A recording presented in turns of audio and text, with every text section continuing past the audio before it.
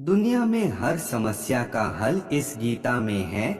आजकल लोग बहुत दुखी रहते हैं, अपने जीवन में बहुत परेशान रहते हैं। इसे सुनने के बाद जीवन की सारी समस्या दूर हो जाएगी। महाभारत युद्ध आरंभ होने के ठीक पहले भगवान श्री कृष्ण ने अर्जुन को जो उपदेश दिया वह श्रीमद् भगवद गीता के नाम से प्रसिद्ध है। यह महाभारत के भीष्म पर्व का अंग है। गीता में 18 अध्याय और 700 श्लोक हैं। आज से सन 2023 लगभग 5168 वर्ष पूर्व 3145 ईपू पहले गीता का ज्ञान बोला गया था। गीता की गणना प्रस्थानत्रयी में की जाती है, जिसमें उपनिषद और ब्रह्म सूत्र भी सम्मिलित हैं। अतएव भारतीय परंपरा के अनुसार गीता का स्थान वही है जो उपनिषद और धर्म सूत्रों का है। उपनिषदों को गाय और गीता को उसका दुग्ध कहा गया है। इसका तात्पर्य यह है कि उपनिषदों की जो अध्यात्म विद्या थी उसको गीता सर्वांश में स्वीकार करती है। उपनिषदों की अनेक विद्याएं गीता में हैं, जैसे संसार के स्वरूप के संबंध में अश्वत्थ विद्या, अनादि अजन्मा ब्रह्मा के विषय में अव्यय पुरुष विद्या, परा प्रकृति या जीव के विषय में अक्षर पुरुष विद्या और अपरा प्रकृति या भौतिक जगत के विषय में क्षर पुरुष विद्या। इस प्रकार वेदों के ब्रह्मवाद और उपनिषदों के अध्यात्म, इन दोनों की विशिष्ट सामग्री गीता में सन्निविष्ट है। उसे ही पुष्पिका के शब्दों में ब्रह्म विद्या कहा गया है। महाभारत के युद्ध के समय जब अर्जुन युद्ध करने से मना करते हैं, तब श्री कृष्ण उन्हें उपदेश देते हैं और कर्म व धर्म के सच्चे ज्ञान से अवगत कराते हैं। श्री कृष्ण के इन्हीं उपदेशों को भगवत गीता नामक ग्रंथ में संकलित किया गया है। गीता के 18 अध्यायों में वर्णित विषयों की भी क्रम प्राप्त संगति है। गीता का प्रथम अध्याय का नाम अर्जुन विषाद योग है। वह गीता के उपदेश का विलक्षण रंगमंच प्रस्तुत करता है, जिसमें श्रोता और वक्ता दोनों ही कुतूहल शांति के लिए नहीं वरन जीवन की प्रगाढ़ समस्या के समाधान के लिए प्रवृत्त होते हैं। शौर्य और धैर्य, साहस और बल, इन चारों गुणों की प्रभुत मात्रा से अर्जुन का व्यक्तित्व बना था और इन चारों के ऊपर 2 गुण और थे, एक क्षमा, दूसरी प्रज्ञा। बल प्रधान क्षात्र धर्म से प्राप्त होने वाली स्थिति में पहुंचकर सहसा अर्जुन के चित्त पर एक दूसरे ही प्रकार के मनोभाव का आक्रमण हुआ। कार्पण्य का एक विचित्र प्रकार की करुणा उसके मन में भर गई और उसका क्षात्र स्वभाव लुप्त हो गया। जिस कर्तव्य के लिए वह कटिबद्ध हुआ था उससे वह विमुख हो गया। ऊपर से देखने पर तो इस स्थिति के पक्ष में उसके तर्क धर्मयुक्त जान पड़ते हैं, किंतु उसने स्वयं ही उसे कार्पण्य दोष कहा है और यही माना है कि मन की इस कायरता के कारण उसका जन्मसिद्ध स्वभाव उपहत या नष्ट हो गया था।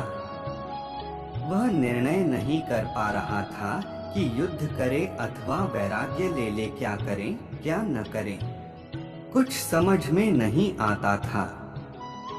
इस मनोभाव की चरम स्थिति में पहुंचकर उसने धनुष बाण एक ओर डाल दिया। कृष्ण ने अर्जुन की वह स्थिति देखकर जान लिया कि अर्जुन का शरीर ठीक है, किंतु युद्ध आरंभ होने से पहले ही उस अद्भुत क्षत्रिय का मनोबल टूट चुका है।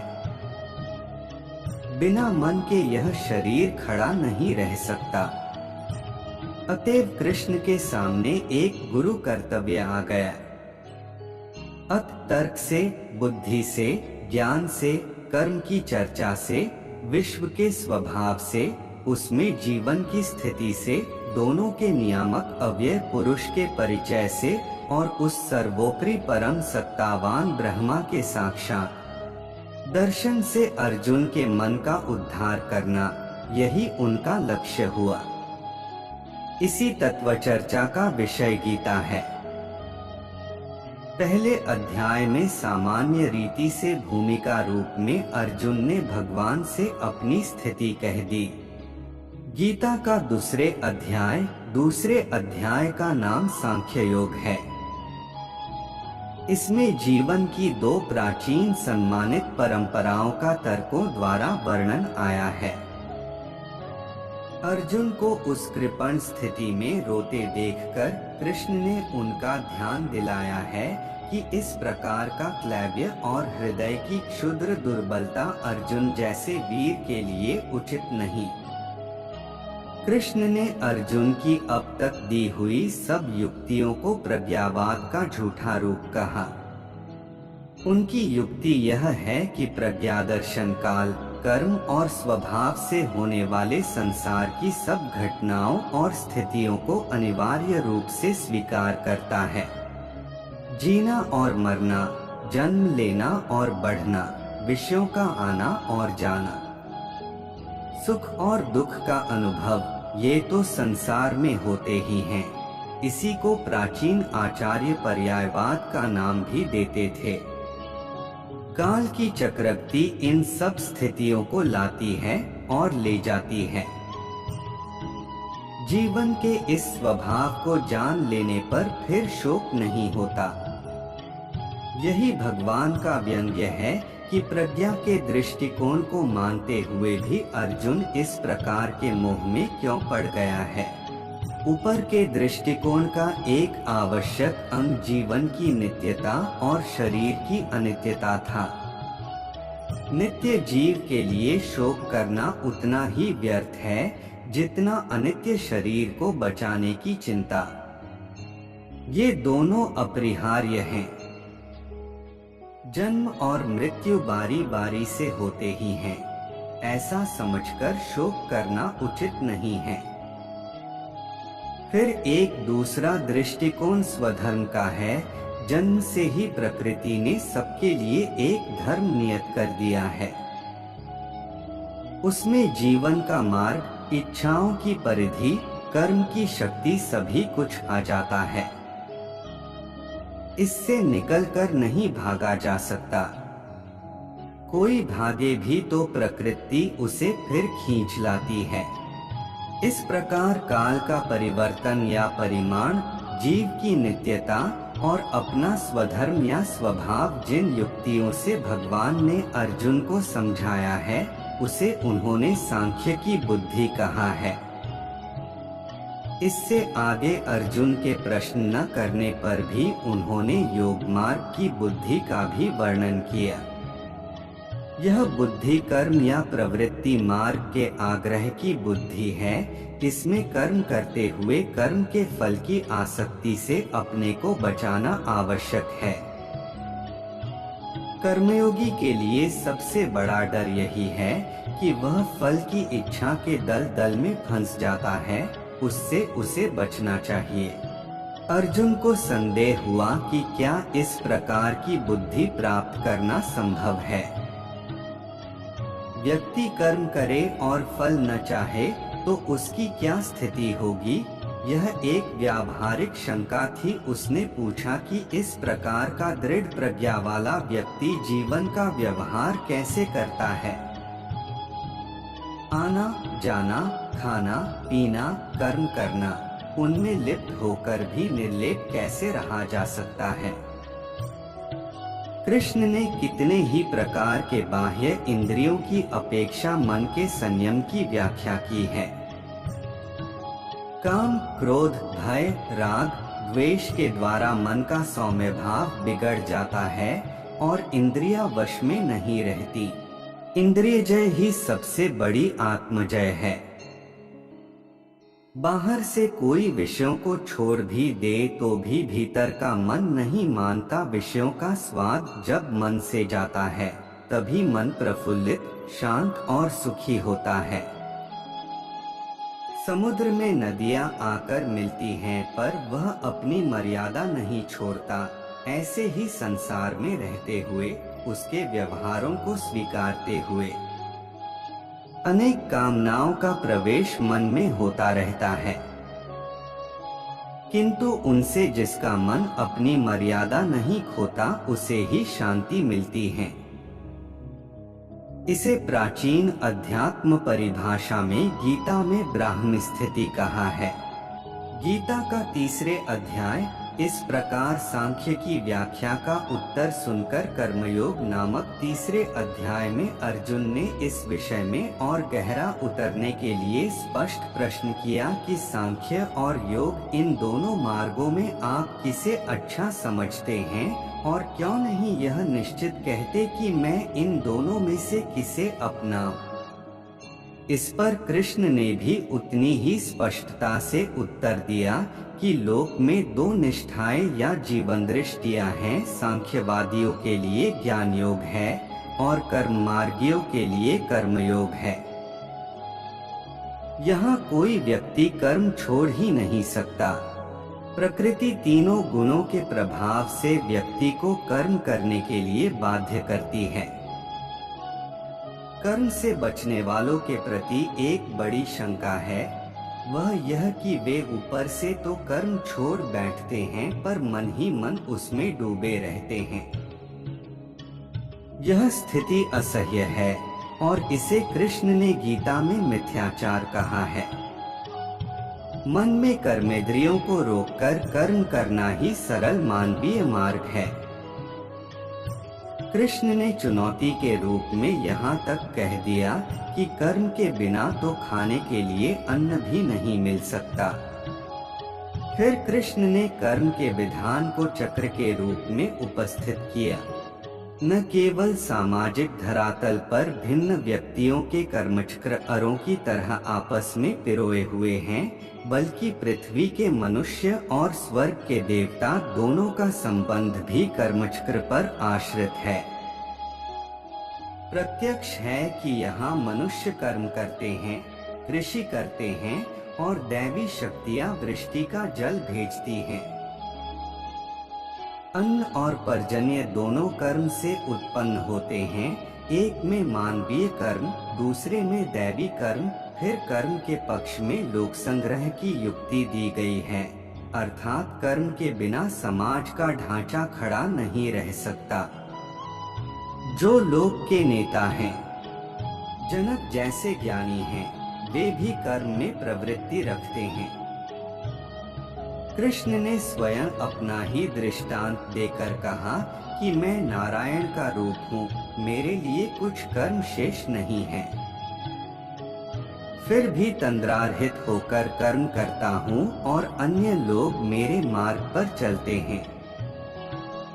अंतर इतना ही है कि जो मूर्ख हैं, वे लिप्त होकर कर्म करते हैं, पर ज्ञानी असंग भाव से कर्म करता है। गीता में यही एक साभिप्राय शब्द बुद्धि भेद है, अर्थात जो साधारण समझ के लोग कर्म में लगे हैं, उन्हें उस मार्ग से उखाड़ना उचित नहीं, क्योंकि वे ज्ञानवादी बन नहीं सकते। यदि उनका कर्म भी छूट गया तो वे दोनों ओर से भटक गए। गीता का चौथे अध्याय में, जिसका नाम ज्ञान कर्म संन्यास योग है, यह बताया गया है कि ज्ञान प्राप्त करके कर्म करते हुए भी कर्म संन्यास का फल किस उपाय से प्राप्त किया जा सकता है। यही गीता का वह प्रसिद्ध आश्वासन है कि जब जब धर्म की ग्लानि होती है, तब तब मनुष्यों के बीच भगवान का अवतार होता है, अर्थात भगवान की शक्ति विशेष रूप से मूर्त होती है। भगवान बताते हैं कि सबसे पहले मैंने यह ज्ञान भगवान सूर्य को दिया था। सूर्य के पश्चात गुरु परंपरा द्वारा आगे बढ़ा, किंतु अब यह लुप्त प्राय हो गया है। अब वही ज्ञान मैं तुम्हें बताने जा रहा हूँ। अर्जुन कहते हैं कि आपका तो जन्म हाल में ही हुआ है, तो आपने यह सूर्य से कैसे कहा? तब श्री भगवान ने कहा है कि तेरे और मेरे अनेक जन्म हुए, लेकिन तुम्हें याद नहीं, पर मुझे याद है। गीता का 5वें अध्याय कर्म संन्यास योग नामक में फिर वे ही युक्तियां और दृढ़ रूप में कही गई हैं। इसमें कर्म के साथ जो मन का संबंध है, उसके संस्कार पर या उसे विशुद्ध करने पर विशेष ध्यान दिलाया गया है। यह भी कहा गया है कि ऊंचे धरातल पर पहुंचकर सांख्य और योग में कोई भेद नहीं रह जाता है। किसी एक मार्ग पर ठीक प्रकार से चले तो समान फल प्राप्त होता है। जीवन के जितने कर्म हैं, सबको समर्पण कर देने से व्यक्ति एकदम शांति के ध्रुव बिंदु पर पहुंच जाता है। जल में खिले कमल के समान कर्म रूपी जल से लिप्त नहीं होता। भगवान श्री कृष्ण इस अध्याय में कर्मयोग और साधु पुरुष का वर्णन करते हैं तथा बताते हैं कि मैं सृष्टि के हर जीव में समान रूप से रहता हूँ। आत्म प्राणी को समदर्शी होना चाहिए। गीता का छठा अध्याय आत्म संयम योग है, जिसका विषय नाम से ही प्रकट है।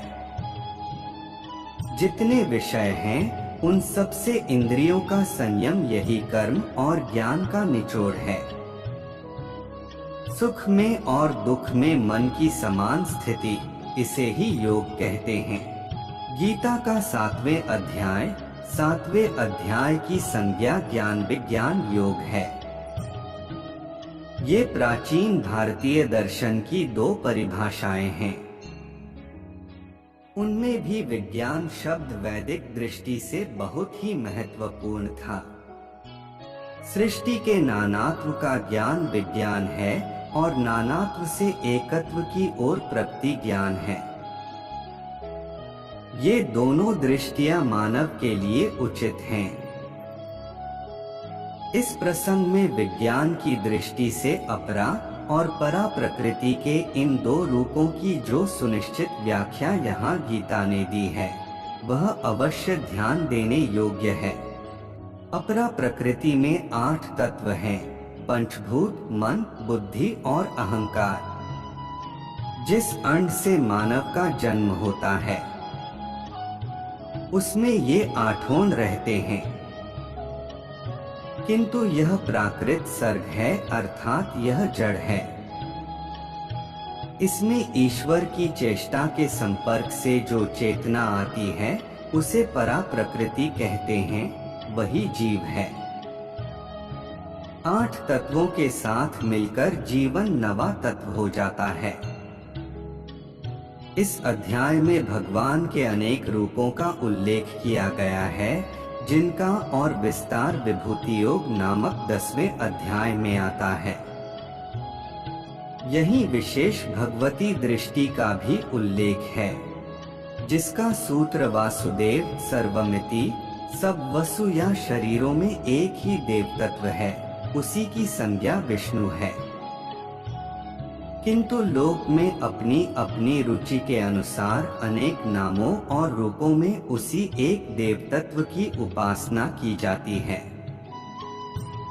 वे सब ठीक हैं, किंतु अच्छा यही है कि बुद्धिमान मनुष्य उस ब्रह्म तत्व को पहचाने जो अध्यात्म विद्या का सर्वोच्च शिखर है। पंचतत्व मन, बुद्धि भी मैं हूँ, मैं ही संसार की उत्पत्ति करता हूँ और विनाश भी मैं ही करता हूँ। मेरे भक्त चाहे जिस प्रकार भजे, परंतु अंततः मुझे ही प्राप्त होते हैं। योग माया से अप्रकट रहता हूँ और मूर्ख मुझे केवल साधारण मनुष्य ही समझते हैं। गीता का 8वें अध्याय की संज्ञा अक्षर ब्रह्म योग है। उपनिषदों में अक्षर विद्या का विस्तार हुआ। गीता में उस अक्षर विद्या का सार कह दिया गया है। अक्षर ब्रह्मा परम, अर्थात परब्रह्म की संज्ञा अक्षर है। मनुष्य अर्थात जीव और शरीर की संयुक्त रचना का ही नाम अध्यात्म है। जीव संयुक्त भौतिक देह की संज्ञाक्षर है और केवल शक्ति तत्व की संज्ञा आधिदैवक है। देह के भीतर जीव, ईश्वर तथा भूत, ये तीन शक्तियां मिलकर जिस प्रकार कार्य करती हैं, उसे अधियज्ञ कहते हैं। गीता का 9वें अध्याय को राजगुह्य योग कहा गया है, अर्थात यह अध्यात्म विद्या विद्यारागी है और यह गुह्य ज्ञान सब में श्रेष्ठ है। राजा शब्द का एक अर्थ मन भी था। अतएव मन की दिव्य शक्तियों को किस प्रकार ब्रह्ममय बनाया जाए, इसकी युक्ति ही राजविद्या है। इस क्षेत्र में ब्रह्म तत्व का निरूपण ही प्रधान है। उसी से व्यक्त जगत का बारंबार निर्माण होता है। वेद का समस्त कर्मकांड, यज्ञ, अमृत और मृत्यु, संत और असंत और जितने भी देवी देवता है, सबका पर्यवसान ब्रह्मा में है। लोक में जो अनेक प्रकार की देव पूजा प्रचलित है, वह भी अपने अपने स्थान में ठीक है। समन्वय की यह दृष्टि भागवत आचार्यों को मान्य थी। वस्तुत यह उनकी बड़ी शक्ति थी। इसी दृष्टिकोण का विचार या व्याख्या 10वें अध्याय में पाई जाती है। गीता का 10वें अध्याय का नाम विभूति योग है। इसका सार यह है कि लोक में जितने देवता हैं, सब एक ही भगवान की विभूतियां हैं। मनुष्य के समस्त गुण और अवगुण भगवान की शक्ति के ही रूप हैं। बुद्धि से इन छुट भय देवताओं की व्याख्या चाहे ने हो सके, किंतु लोक में तो वह है ही। कोई पीपल को पूज रहा है, कोई पहाड़ को, कोई नदी या समुद्र को, कोई उनमें रहने वाले मछली, कछुओं को, डोटियों, कितने देवता हैं, इसका कोई अंत नहीं। विश्व के इतिहास में देवताओं की यह भरमार सर्वत्र पाई जाती है। भागवतों ने इनकी सत्ता को स्वीकारते हुए सबको विष्णु का रूप मानकर समन्वय की एक नई दृष्टि प्रदान की। इसी का नाम विभूति योग है। जो सत्व जीव बलयुक्त अथवा चमत्कार युक्त है, वह सब भगवान का रूप है। इतना मान लेने से चित्त निर्विरोध स्थिति में पहुंच जाता है। गीता का 11वें अध्याय का नाम विश्वरूप दर्शन योग है। इसमें अर्जुन ने भगवान का विश्वरूप देखा। विराट रूप का अर्थ है मानवीय धरातल और परिधि के ऊपर जो अनंत विश्व का प्राणवंत रचना विधान है, उसका साक्षात दर्शन। विष्णु का जो चतुर्भुज रूप है, वह मानवीय धरातल पर सौम्य रूप है। जब अर्जुन ने भगवान का विराट रूप देखा, तो उसके मस्तक का विस्फोटन होने लगा। दिशो न जाने न लभे च शर्म, ये ही घबराहट के वाक्य उनके मुख से निकले और उसने प्रार्थना की कि मानव के लिए जो स्वाभाविक स्थिति ईश्वर ने रखी है, वही पर्याप्त है।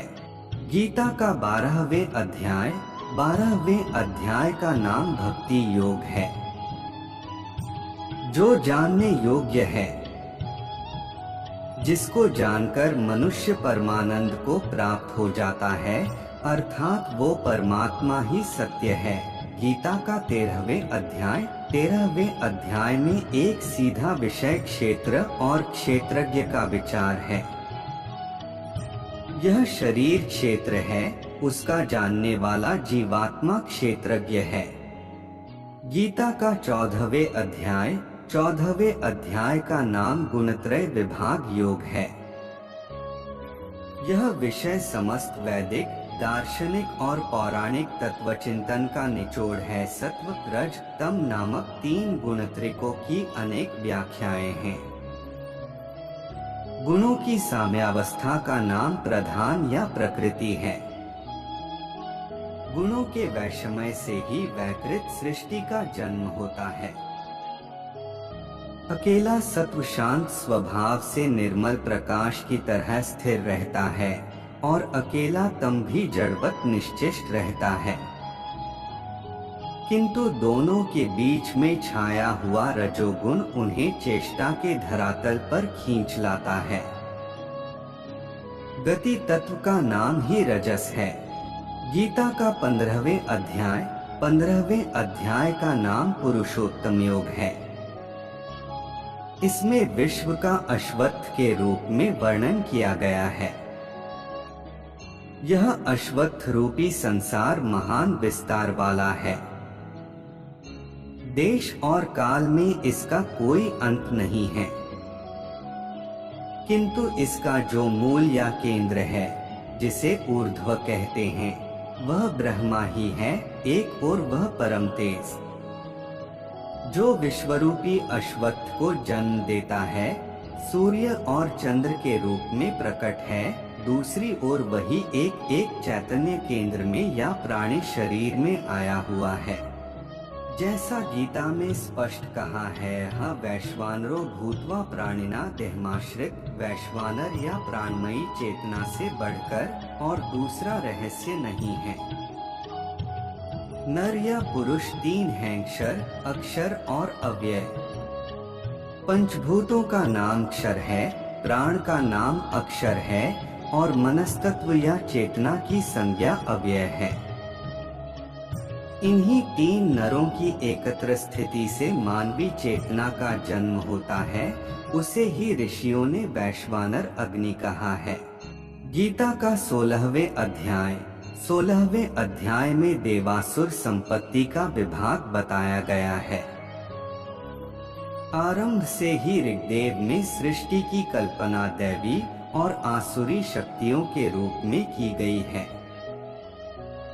यह सृष्टि के द्विविरुद्ध रूप की कल्पना है, एक अच्छा और दूसरा बुरा, एक प्रकाश में दूसरा अंधकार में, एक अमृत दूसरा मर्त्य, एक सत्य दूसरा अनृत। गीता का 17वें अध्याय की संज्ञा श्रद्धात्रय विभाग योग है।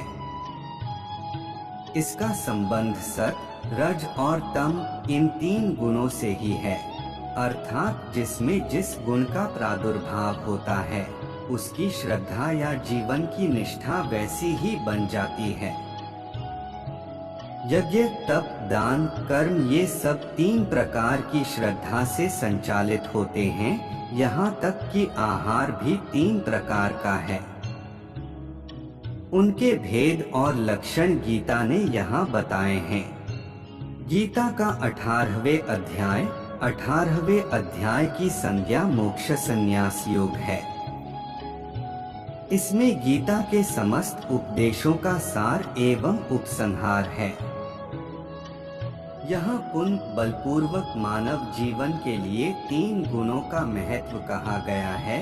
पृथ्वी के मानवों में और स्वर्ग के देवताओं में कोई भी ऐसा नहीं जो प्रकृति के चलाए हुए इन तीन गुणों से बचा हो। मनुष्य को बहुत देख भाग कर चलना आवश्यक है, जिससे वह अपनी बुद्धि और वृत्ति को बुराई से बचा सके और क्या कार्य है, क्या अकार्य है, इसको पहचान सके।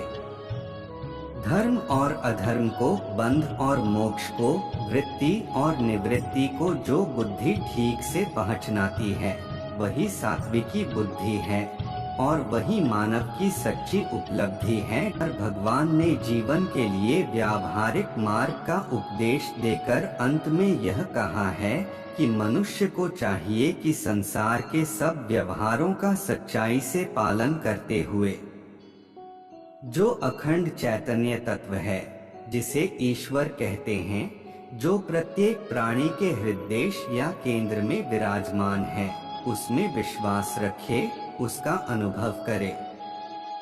वही जीव की सत्ता है, वही चेतना है।